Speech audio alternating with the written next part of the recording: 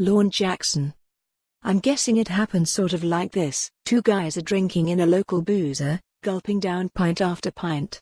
Perhaps a few whiskey chasers come into play in a cunning attempt to dilute all that Tennent's lager swishing about in their stomachs.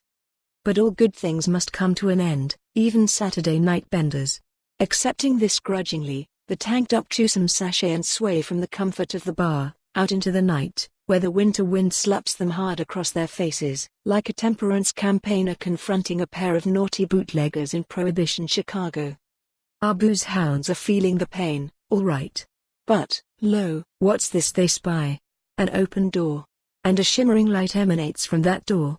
Crossing the threshold, they're confronted by celestial music wafting down a steep staircase. The music draws the men forward. Upward. Climbing the staircase, they enter a room of chanting, dancing, frolicking and blissed-out fervour. Have they perhaps died of alcoholic poisoning on this streak and rain-dappled Glasgow evening? Slipped the mortal coil and entered the heavenly realm? Nope.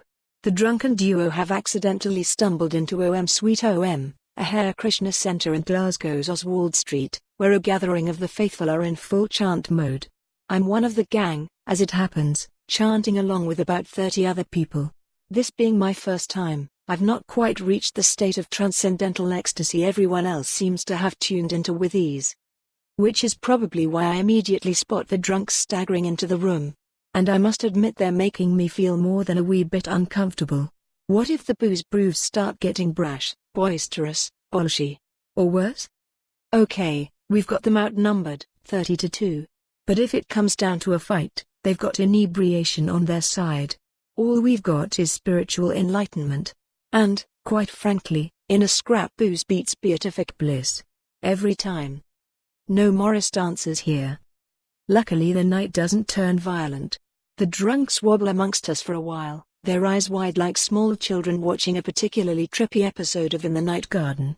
At one point they stagger over to one of the mantra chanters, who happens to be blind, and start to pet our guide dog. But that's as tactile as they get. Mostly they just stare. And there's plenty to stare at.